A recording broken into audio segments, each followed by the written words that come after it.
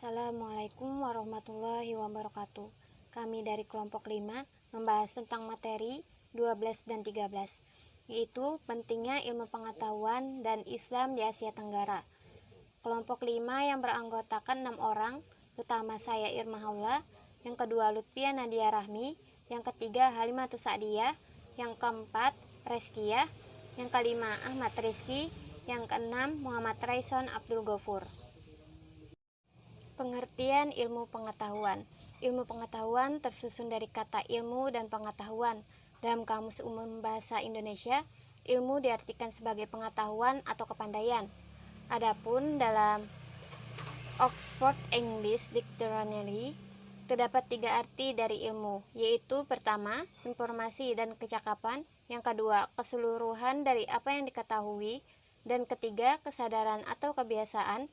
Dalam bahasa Arab, kata ilmu jamaknya ulum, diartikan ilmu pengetahuan. Dalil-dalil yang berkaitan tentang ilmu pengetahuan. Pertama, surah Al-Mujadalah ayat 11. Bismillahirrahmanirrahim. Yarfa'illahu alladzina amanu minkum walladzina utul ilma darajati wallahu bima ta'maluna khabira.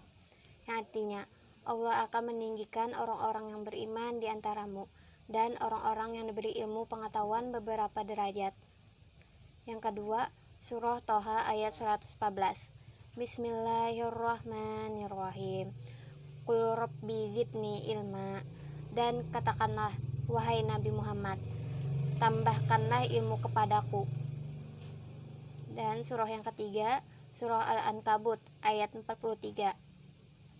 Bismillahirrahmanirrahim.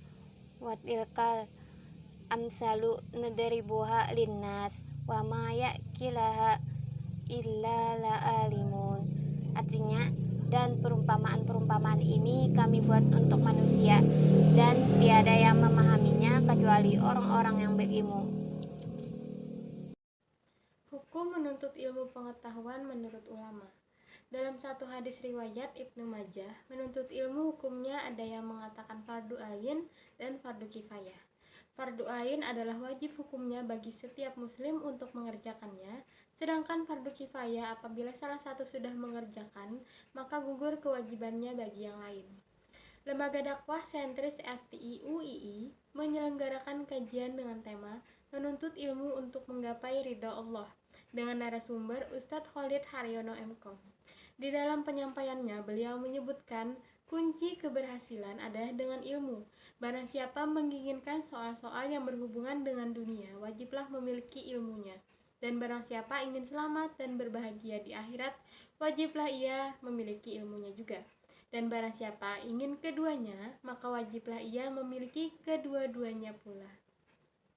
Ilmu yang paling utama dipelajari.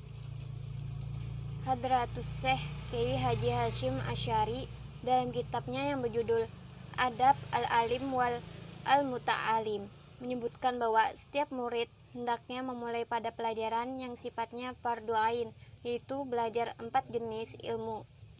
Yaitu pertama, murid harus mengetahui ilmu tauhid, ilmu yang membahas masalah ketuhanan.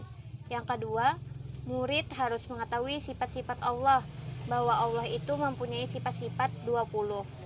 Yang ketiga, ilmu fikih, ilmu untuk mengetahui dan mengantarkan kepada ketaatan kepada Allah. Yang keempat, ilmu tasawuf, yaitu ilmu-ilmu yang menjelaskan tentang berbagai keadaan, makam, tingkatan, dan membahas rayuan dan tipu daya nafsu, dan hal-hal yang berkaitan dengannya. Sejarah perkembangan Islam di Asia Tenggara. Islam masuk ke Asia Tenggara melalui suatu proses damai yang berlangsung selama berabad-abad.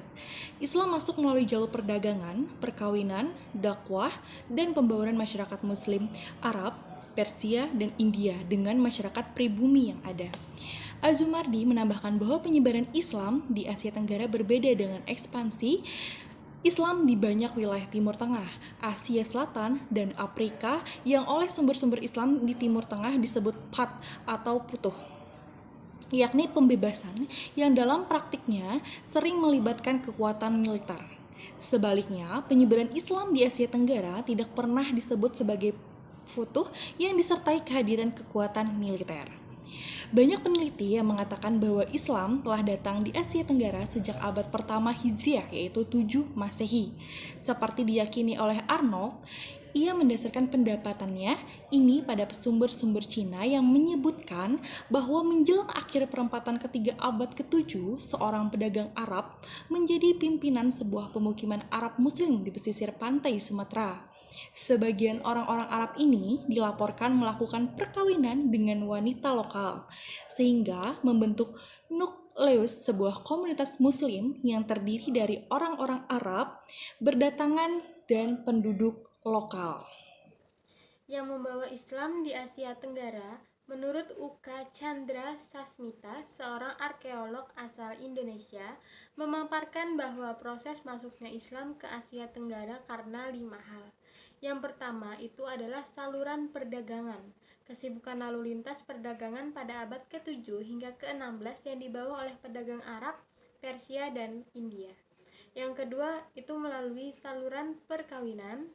Yang ketiga, saluran pendidikan. Islamisasi juga dilakukan melalui pendidikan, baik pesantren maupun pondok yang diselenggarakan oleh guru-guru agama, kiai-kiai, dan ulama. Yang keempat adalah saluran kesenian. Yang kelima adalah saluran politik. Di Maluku dan Sulawesi Selatan, kebanyakan rakyat masuk Islam setelah rajanya memeluk Islam terlebih dahulu. Pengaruh politik raja sangat membantu tersebarnya Islam di daerah ini. Sejarah yang masih ada mengenai Islam di Asia Tenggara. Di Asia Tenggara, mayoritas pemeluk Islam adalah etnis Melayu. Agama Islam dan budaya Melayu mempunyai pertalian yang saling terkait padu. Sejak periode paling awal, antara keduanya telah lama saling menyatu, berjalan berkaitan sedikitnya dari masa kesultanan.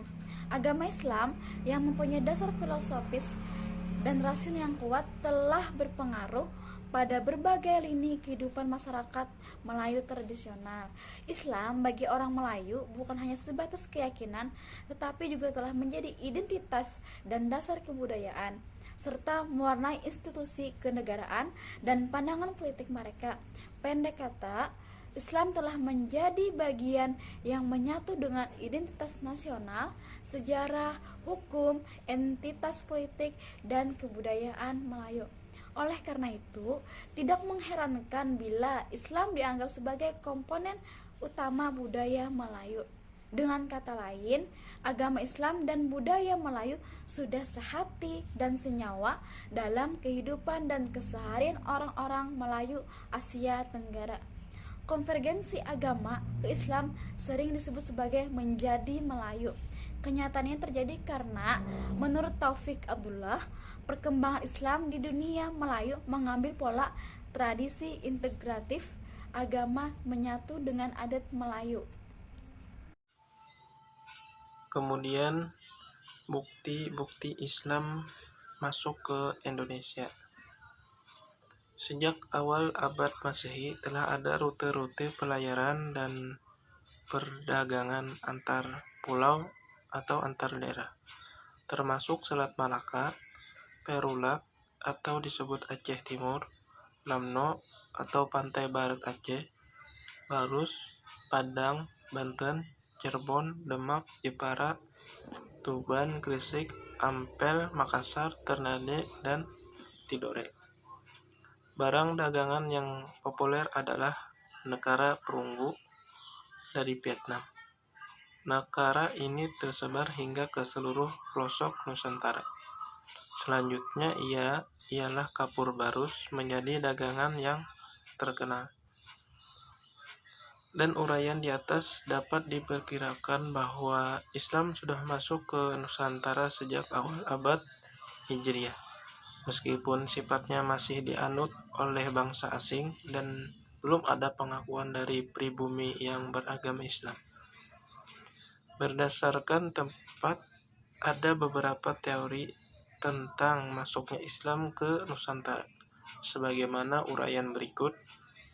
Pertama, teori dari Arab menyatakan bahwa Islam dibawa dan disebarkan ke Nusantara langsung dari Arab pada abad ke-7 atau 8 Masehi saat kerajaan Sriwijaya. Pengembangan kekuasaannya membukti sejarah teori ini sangat kuat pada abad ke-7 atau 8 Masehi. Selat Malaka sudah ramai dilintasi para pedagang Muslim dalam pelayaran dagang mereka ke negeri-negeri Asia Tenggara dan Asia Timur. Kemudian dilanjutkan oleh teman saya.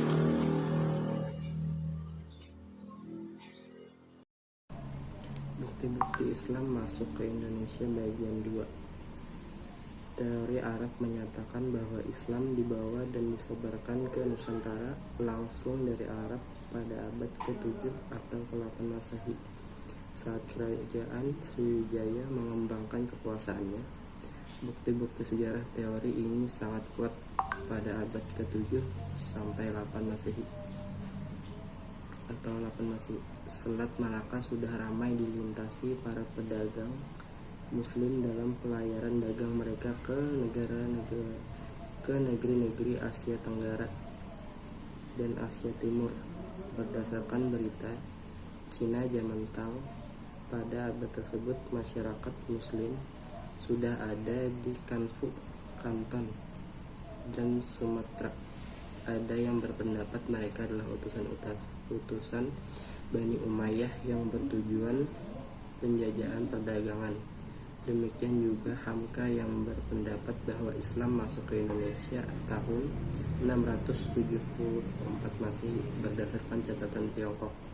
Saat itu datang seorang utusan Raja Arab bernama Tashi atau Tashi, kemungkinan Muawiyah bin Abu Sufyan, ke kerajaan Kalingga di Jawa yang diperintahkan oleh Ratu Sima.